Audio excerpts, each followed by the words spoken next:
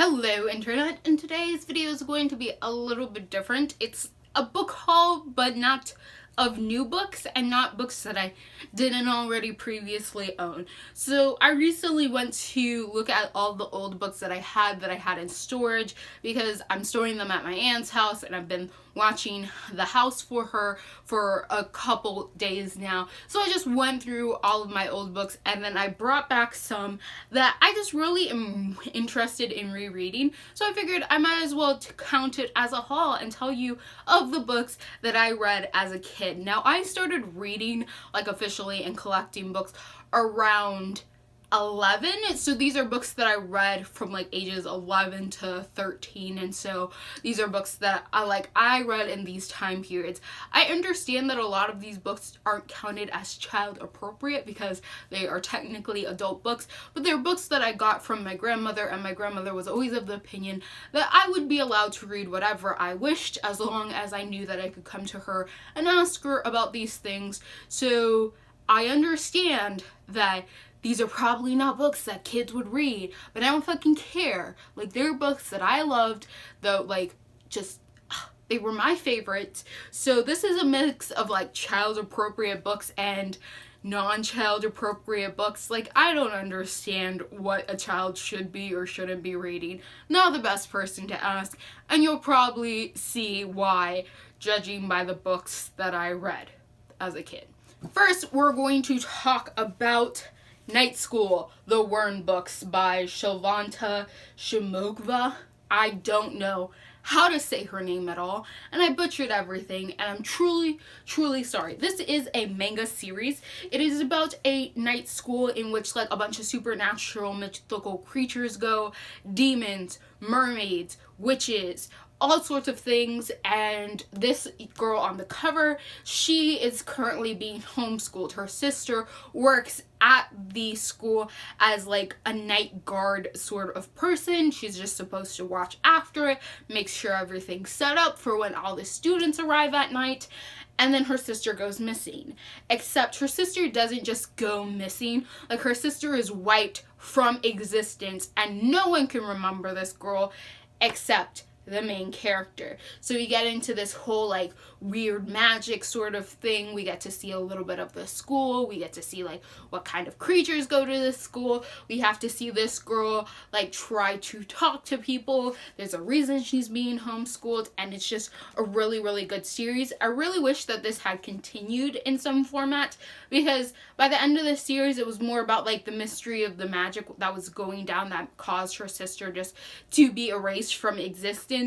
However, we don't really get to see a lot of the school except until like the third and second book that we really get to see this school, and there's a lot of promise to see more of the school, more of the magic and stuff like that. So I kind of wish the series had continued just so that I could see how this magical school worked, because it had so many different species of like supernatural creatures that were going there, and it was just super, super cool, and it was just really cute and really fun. So this is a 4-book manga series. This is the first one, this is the second one, this is the third one, and then this is the fourth one.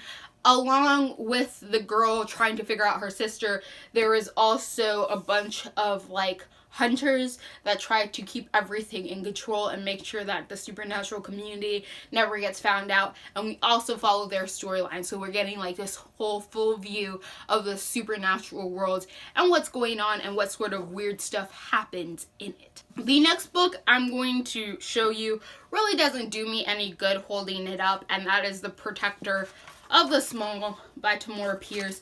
I recently repainted this last night. I got it as a used book when I first got it at the age of 11. It was really beat up. It didn't have a dust jacket, and I was not too nice to it afterwards because I dragged it around everywhere. I reread this book several times. So this book was like taped up. I repainted it to try to make it look prettier. This is a bind up of a complete series. The series is called Protector of the Small, but this bind up contains all 4 books of that series, and the books are The First Test, Paige, Squire, and Lady Knight. Again, all by Tamora Pierce. This follows in a world that she has done a lot of series in. She did the Lioness Quartet in the series. She then did this series, and then following that, the Trickster Choice Queen duology. So this is the second series. It follows after the Lioness Quartet. In that, it was about a young girl who like goes undercover into night school dressing as a boy and later becomes a knight.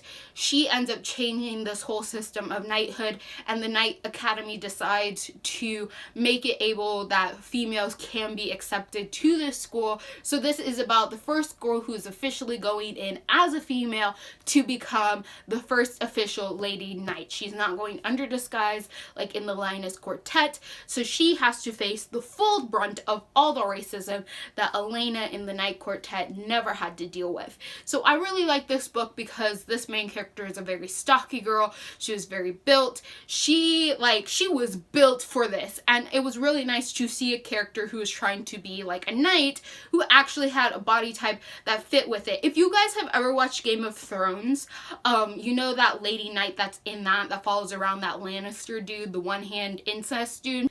So like I imagine the girl in this book looking like her, like being made to fight. Like she looks like it. And I liked how in this there was never any training montages where she went all of a sudden from being like 11-year-old girl to being like this kick-ass badass. Like she had to work hard to get where she was. Like she didn't take shortcuts. She had to push herself harder than anyone else, and you got to see her struggle to become the great knight that she becomes. And I was just like there for that. I was there. I loved every single one of these books. I love this series. I like seeing this main character who's like very built and brawny, because a lot of my friends were at the time, and I was like, this looks like you, and it's not like some thin round-haired girl like in Twilight. Like I was seeing more different types of people being recognized in this. I also like that the main character comes from a different culture and has experienced a different culture than the people at the night school. So her concepts are sort of different than what everyone else's is because of the influence of her culture. Well, that's a really small thing. I really enjoyed that as a kid, to see how she was interacting with others who didn't come from the same background she did in cultural beliefs, and then how that all worked in the end. I really liked the series, and like I feel useless showing you this book because it doesn't have a freaking cover for you to like fully see what I'm talking about. Next, we're going to go into some Octavia E. Butler that I own. Like I said previously when I talked about Fledgling, Octavia E. Butler was one of my favorite sci-fi writers. She still is. I just love her series, and I own quite a few of them. So here are just like a couple that I have that I really love. First, we have the Nanogenes series. So this follows a woman named Lilith. She ends up being like abducted by aliens. It turns out these aliens come in peace. They are trying to save humanity, and they want to integrate with humanity. And Lilith ends up going along with them, but there is a lot of human resistance. So Lilith is trying to convince the humans that they also need to go along with it, because it is better off if the humans and this different alien species have a symbiotic relationship, and they will both come out better. So it's like Lilith faces a lot of judgment because she's trying to connect these two different species together, and it's a whole bunch of stuff like that. The first book of it is Dawn. The second book is Adulthood Rights, and then the last book is Imago. These first two books do follow Lilith and her story, and like her trying to convince people to get along and get together, and the struggles she has to go through. This last book is actually about one of Lilith's children who fall under this third category of gender that these alien species have. They do something to like bring the alien species male and female together so that they can reproduce. So it, and it's referred to as that is its pronoun, is like sort of like an intersex connector for its race, and it is a hybrid, so it's part human and part of this alien, and it ends up discovering some humans that were not integrated originally into this symbiotic relationship. And this is my favorite book because I just really like it as a character, and I like its personality and everything like that, and I can't remember its name. I really can't, but it was a really good book, and like it has to go through a metamorphosis, and it's like really cool because I get to learn more about these weird aliens and like how this whole hybrid relationship worked, and like one of the hybrids and how like they're gonna go about their life. It was great. It was great. Like this is one of my favorite series. Also, I'd like to add, I really love these covers, these OG sci-fi covers. I find them stunning. I don't know what it is, but something about them just like, I really like them. I really appreciate them. The next Octavia E. Butler books is this bind up of her Telepaths series. I used to have like the OG little sci-fi covers too, and I really like those, so I don't know where they went. I don't know if I left them at my grandmother's house. I don't know what happened, but if I can't find them, I'll end up repurchasing those OG covers because those covers are stunning. I definitely love the first book, which is Wild Seed. So Seed to Harvest contains the 4 books of that Telepath series. So that is Wild Seed, Mind of My Mind, Clay's Arc, and Pattern Master. So it follows like a group of telepaths and like a group of people with like different supernatural abilities, and just like majority telepaths, but sometimes they have like body snatcher abilities or like just different weird abilities that people could have, and like just the different colonies, like what's going on. I like this book because I think my favorite book is the first book, Wild Seed, and this is the book that actually gave me what I want my superpower to be. So like I ain't no lame-o who just wants to fly. In the first book there is a character introduced where she stopped aging at 25 and she has full control over her molecular structure and her cells to the smallest like atoms. She can rearrange them and control them. If she eats something and gets a taste of this DNA, she can replicate it, and then by shifting she can literally transform into that animal. So she is a shifter, but because of her control over her DNA, she can mimic other DNA. So originally say she never eats dolphin meat, she can try to mimic what a dolphin looks like and perhaps look dolphin similar. But when she eats dolphin meat, her body now has the capability to literally become a dolphin. She still like has her human mind, but on a cellular level, she matches perfectly a actual dolphin. And she has like all of these amazing abilities, like she can regrow arms, and like she doesn't age properly, and all of these amazing things because she has this control over her cells. She even like she doesn't age and she can't die because of this. Like she can die if she so chooses, but her body naturally preserves her at the age of 25 forever. And I'm just like, that is such an awesome power, and I wish I could have that power. Like I'm super jealous of her. I wish I had that power. It was so awesome. And the last Octavia E. Butler book I have is Kindred. This is about a modern black woman, and she ends up being taken back in time to her ancestors. So she ends up on a slave plantation, and she ends up seeing the slaves and the slave master, and she gets involved in like this whole conflict and everything. Her being a modern black woman, and with all of the things that come with that, and her trying to work her way and survive in this world, her figuring out about like her slave master ancestors and the slave ancestors, and just like how all of this worked, and like her just like struggling to survive in this world as a modern black woman without like getting herself killed, but also taking in all of this stuff. Like she's literally seeing everything that's happening, and her having to like just take all of this stuff in. And it's just like, it's a trippy time travel book, but it's like, it's really good. It's so good. It is such a good book. Like this is one where Octavia E. Butler really just gets in straight away with the race stuff. Like she does it in all of her books, but this one she's like, ain't playing with nobody. We gotta talk today. And yeah, it's good. Like everyone should read it. Everyone should read it. Like everyone should read all of Octavia E. Butler's because she's just so amazing. But at least try this book, right? So the last series I have is Scattered on the Floor. It is 7 books. I'm going to explain a little bit about them before I show you every one of these books. These are ones that I was gifted by my grandmother, the first 2 books, because she had had them forever and a half.